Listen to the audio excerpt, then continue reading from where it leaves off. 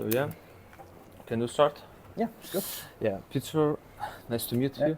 Welcome to Ukraine, first of all, and first of all, thank you for all your support, not only like the Bitcoin community or Web3 community, like also about Ukraine, that you come here and stay here with us.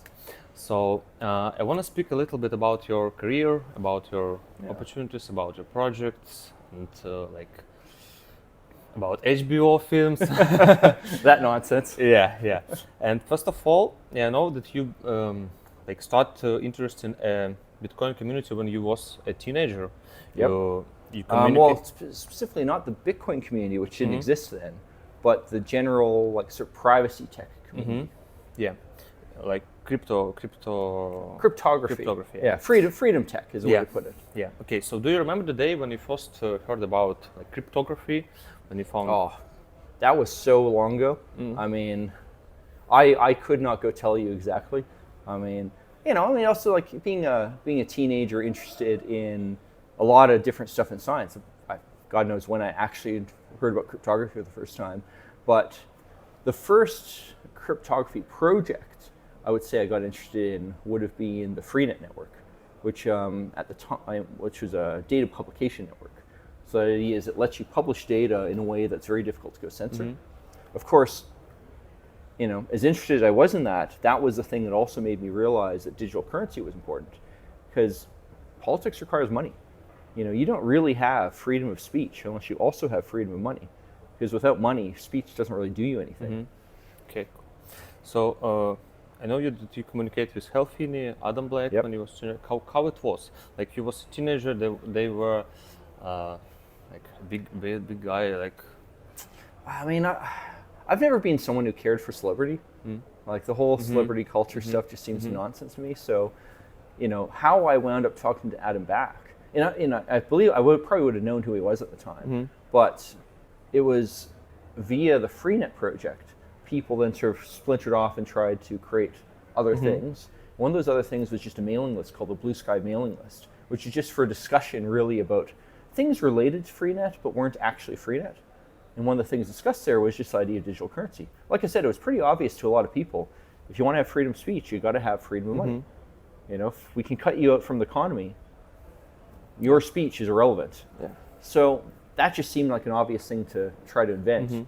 And on the Blue Sky network, Blue Sky mailing list, a lot of people were trying to invent that, myself included.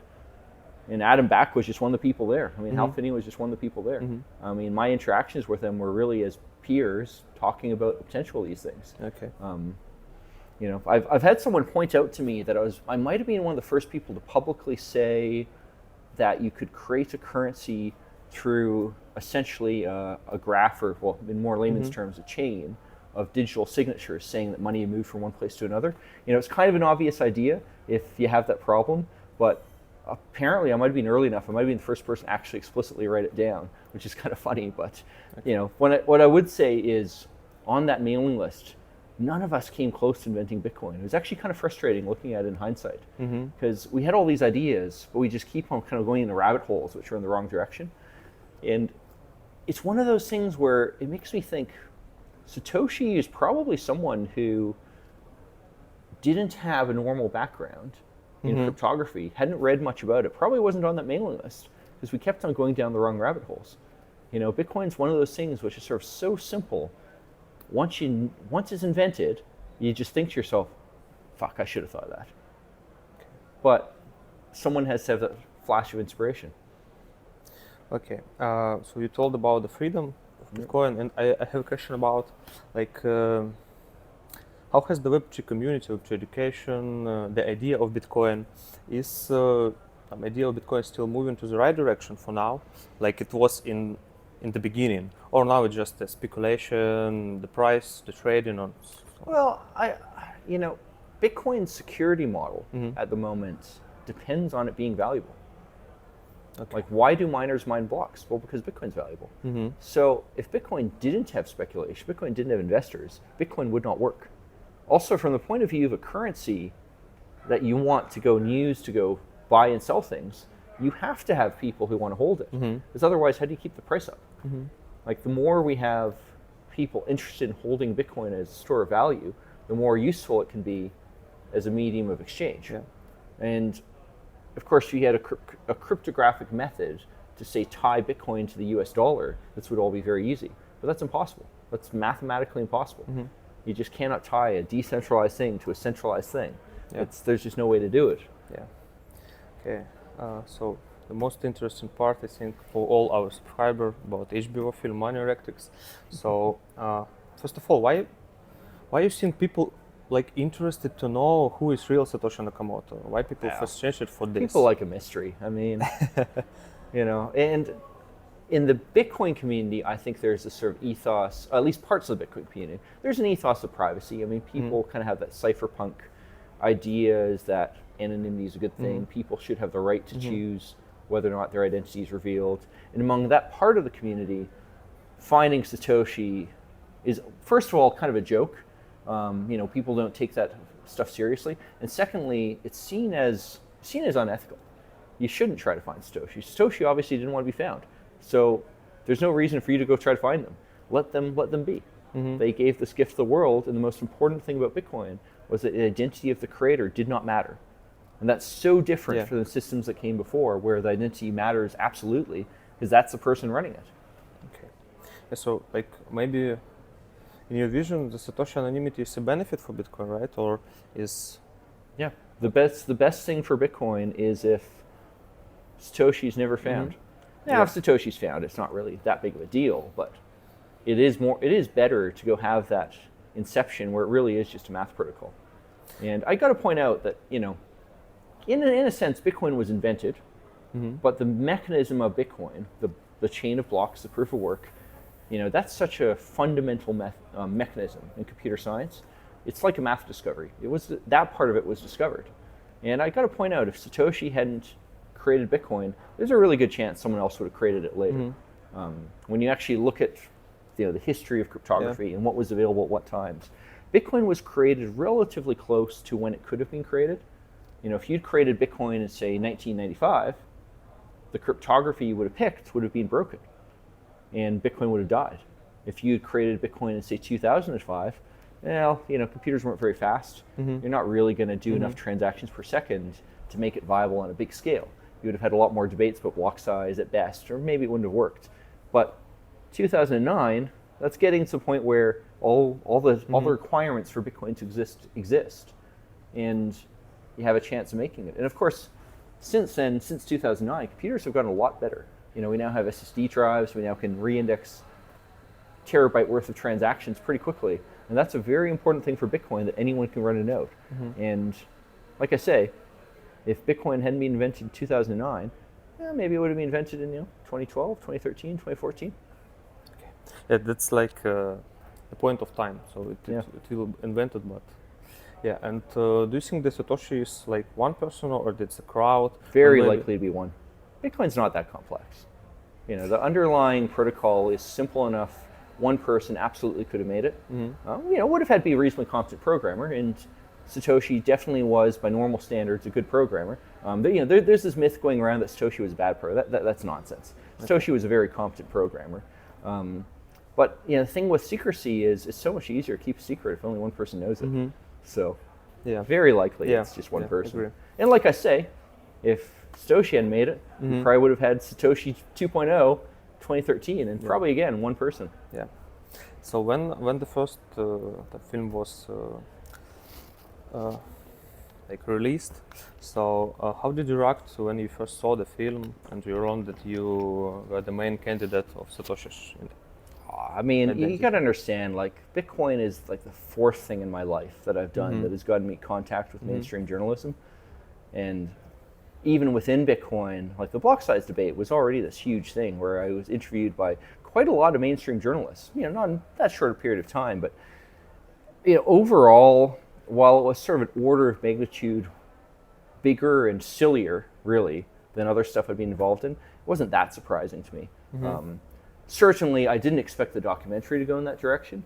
The impression I got was that the director was actually filming a Bitcoin documentary on the rise of Bitcoin, and probably towards the end of the editing process realized it sucked, and then put on this, you know, Satoshi thing at the last minute to go salvage it. But you know, that's filmmaking for you. How do you think the media project like these films, they are harm for journalists' reputation or help popularize like Bitcoin?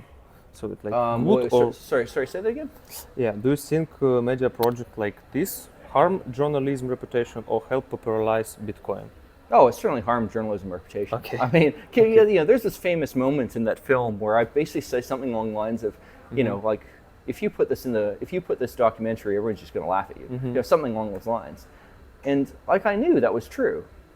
You know, it's just like in a sense the guy was taking the bait, but in another sense, like I say, I suspect he knows this is bullshit. The director knows this is bullshit. He's trying to go make an entertaining film to go make money. And it's like so much journalism these days, it's clickbait. Yeah.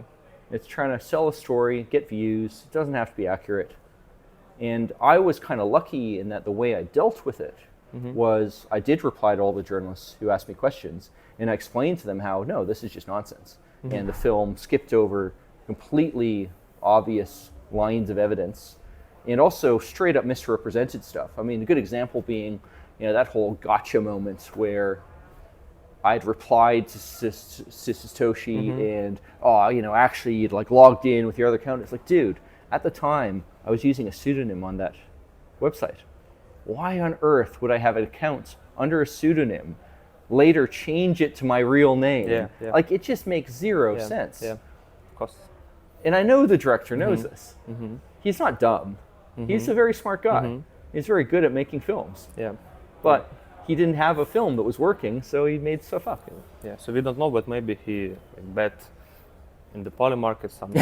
Well, so, yeah, well, that was pretty amusing. Yeah. I mean, there's a lot of journalists who knew about it early enough. They could have made a lot of money on poly market. What would you say like to Cullen Hoback if you meet him like here at the conference?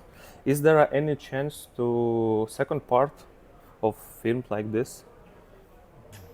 I think Cullen has burned his reputation enough. He's going to have a tricky time making anything else in Bitcoin. Yeah, you never know with this, but like HBO is probably happy because they got something that got a whole lot of views very quickly, but it certainly doesn't do their reputation any good. So who knows? And you know, the guy's last project was actually a thing on the QAnon conspiracy. So if that's the sort of thing he does, I'll bet you he will pick a completely different idea next time for his next project. But who knows? Yeah, I have a lot of questions more, but we have no time. Yeah. I ask you the last one. So I absolutely. No, surely you have a technical question or something interesting. Yeah, that's like philosophy, I think. So for many people, I assure you, you as a symbol, like you are the person, like some role model, the personal hero. So who is your personal hero? I don't have heroes. I've never been a person who really like idolized people, and I think, you know, idolizing people is not a good thing. And in fact, this is something I keep on telling people who come up to me and they want a photo, and I was like, dude, you're doing this all wrong. The way you approach celebrities is you think of something you can go ask them that's relevant to them, and you ask them. So, you know, a good example of this is when I first met Adam Back. This, I think, was in 2014, maybe 2013 at a conference. You know, I didn't go up to Adam Back and say, oh, you know, I've known you since wherever you're my hero. No, that's all nonsense. What I did is I went up to Adam Back, cornered him, and asked him some technical question about some piece of cryptography that I had a genuine question about. And I wound up talking to him for an hour about the nuances of this cryptography. You know, and at the time, he had no idea who I was. I was nobody. But he was happy to go talk to me for an hour because I had an interesting thing to go talk about. Similarly, I remember right after the HBO documentary came out, I was at a conference, I think it was in Brazil, and most of the people are coming up to me, they want their photo with me and all that, but they have nothing to say. And then this one girl comes up to me and says, oh yeah, you're Peter Todd, right? Hey, I've got some questions. So I'm starting this mining farm, and what do you think about this, this, and this? And she had this whole spiel about genuine questions about her mining farm. And we wound up talking for half an hour. And I remember telling her at the end, like, you're the only interesting person to come up to me, and you're the only person who I might talk to again. Wow, incredible. Like, that's a lesson to be learned here. Come up with something interesting. Do not idolize people. It's not good. Like, yeah, right, you know. Of course, Ukraine's an interesting example because I'm sure you can find military heroes. Fine, you can idolize them. But you know, don't idolize your people in Bitcoin. I mean, they're just human beings. Idolize the tech at most. Math is pretty cool. People, I don't know. Okay, I think that's a good final advance. So Yeah, thank you. thank you. Thank you for the interview.